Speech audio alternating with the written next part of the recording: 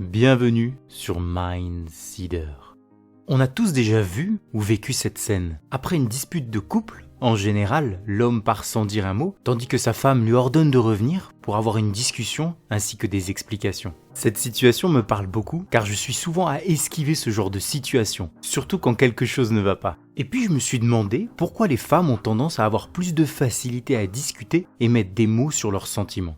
Beaucoup de personnes affirmeront que c'est quelque chose de biologique. Personnellement, je pense plutôt que son origine vient de l'enfance. Des études ont montré qu'en règle générale, les filles apprennent à parler plus tôt. Elles savent mieux exprimer leurs sentiments et sont plus habiles pour employer les bons mots pour analyser leurs réactions émotionnelles. C'est une des raisons qui fait qu'elles sont plus aptes à apprendre à les maîtriser. Les garçons, quant à eux, apprennent plus rapidement à marcher, grimper, ils accordent moins d'attention à l'expression verbale. D'où le fait, je dirais, qu'on ait des réactions plus physiques. Mais ce n'est pas la seule raison, cela se joue aussi au travers de l'éducation. Allez dans une école ou dans un parc, voire même dans votre famille, et vous verrez qu'il est très facile de voir que l'on n'aborde pas les choses de la même manière entre une fille et un garçon. Même si on essaie de casser les codes, dès leur plus jeune âge, on va inconsciemment pousser les filles à aller vers le rose et les garçons vers le bleu. Et même si ça ne vient pas de vous, ça viendra de l'école, de vos proches, de la société, parce que le système est fait comme ça. On ne va pas proposer les mêmes jeux entre filles et garçons, d'un côté ça va être les poupées avec la dinette, de l'autre ça va être la guerre des G.I. Joe.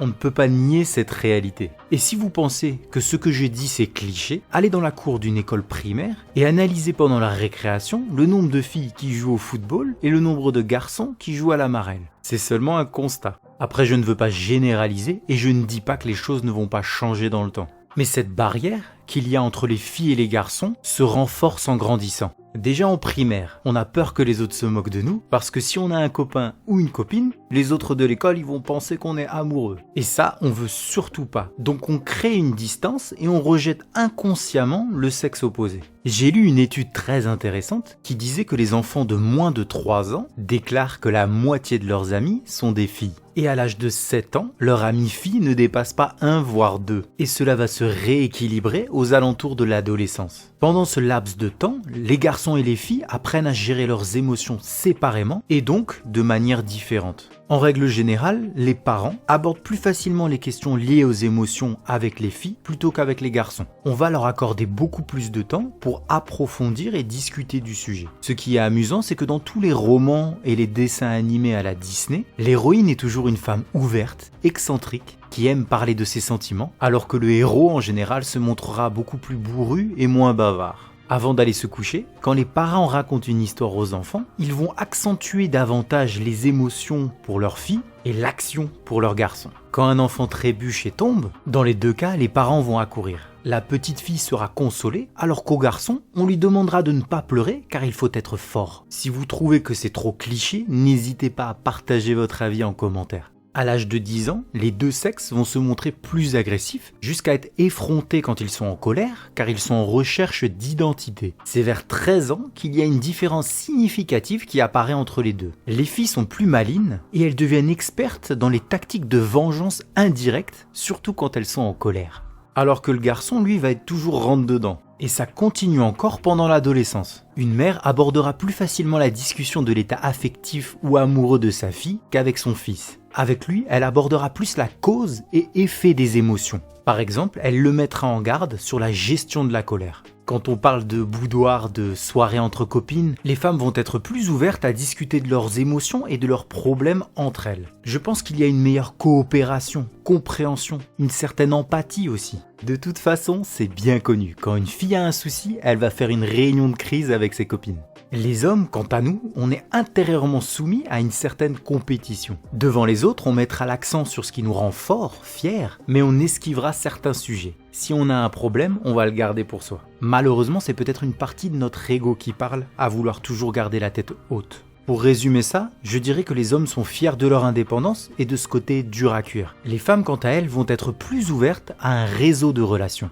Je dois l'avouer, les hommes voient la discussion comme une menace qui pourrait toucher leur virilité, alors que les femmes craignent une rupture de leur lien avec la personne. En fait, c'est simplement une différence de perspective et des attentes différentes. C'est pour ça qu'il est important de comprendre le fonctionnement de la personne en face de soi. La personne en face de vous ne réagit ni ne raisonne comme vous. Il faut accepter que l'on puisse penser différemment de nous et personnaliser notre façon d'aborder les choses. Ce contraste dans l'éducation favorise considérablement la communication chez les femmes. Elle leur apporte une facilité à déchiffrer les signaux psychologiques, qu'ils soient verbaux ou non, et à mettre des mots sur les sentiments. Les hommes, quant à eux, minimisent leurs émotions car ils voient ça comme une vulnérabilité. On peut voir qu'il est plus facile de lire les sentiments sur le visage d'une femme que d'un homme. Je reste persuadé que cette différence est une force dans un couple. Mais le plus important, c'est d'arriver à comprendre le fonctionnement de l'autre et cela ne peut pas se faire sans discussion. Je ne fais pas cette vidéo pour trouver des excuses et se cacher derrière cette différence, mais au contraire pour pouvoir travailler dessus. Dans toute relation, la communication est comme l'oxygène. On ne peut pas vivre sans. Allez, je vous donne un petit exercice que vous pourrez mettre facilement en place. C'est sur l'art de s'exprimer sans rester sur la défensive. Ça consiste avant tout à ce que votre remarque ne se transforme pas en critique personnelle. Ça part souvent d'une remarque attentionnée, malheureusement, elle est souvent mal interprétée. Pour éviter de reproduire cette mésaventure, c'est très simple, on va utiliser la méthode XYZ. On va s'exprimer de la sorte. Quand tu as fait X, j'ai ressenti Y et j'aurais préféré que tu fasses Z. C'est tout bête, vous vous attendiez peut-être à quelque chose de plus compliqué, mais je vous promets que cet exercice peut changer votre vie et surtout améliorer les relations que vous avez avec votre conjoint. On va faire une mise en scène toute bête. On se donne rendez-vous au restaurant et elle arrive une demi-heure en retard. Même si au fond de moi je bouillonne, je vais prendre une grande bouffée d'air et quand elle va arriver, je vais lui dire « Chérie, je t'ai attendu une demi-heure devant ce restaurant, ça m'a énervé et je me suis inquiété pour toi. J'aurais aimé que tu me préviennes de ton retard. » Cette phrase permet d'ouvrir le champ de communication. Je ne l'accable pas. Je ne lui donne pas cette sensation de lui dire « tu es une conne égoïste ». Si vous voulez une bonne communication, il faut exclure les menaces et les insultes. Ça évite que votre interlocuteur se mette sur la défensive et fera appel à ses bons sentiments. Mais surtout, exprimez-vous de la bonne manière. Ne gardez pas ça pour vous. Surtout vous les gars, ne faites pas l'autruche. Partagez votre ressenti. Si vous gardez ça enfoui, ça va vous ronger d'intérieur, ça explosera plus tard et vous reviendrez sur le sujet. Le respect désarme l'hostilité. De toute façon, la meilleure façon de désamorcer une querelle, c'est d'arriver à exprimer à son partenaire que l'on comprend sincèrement son point de vue. Cela ne veut pas pour autant dire qu'on est d'accord, mais il faut pouvoir dire à son partenaire « je t'entends, je te vois, je ne suis pas indifférent aux sentiments que tu exprimes ». Si vous n'essayez pas de comprendre le monde des autres, n'attendez pas à ce qu'on vous comprenne. J'espère que cette vidéo vous aidera à améliorer vos relations. Je vous dis à bientôt. Ciao ciao.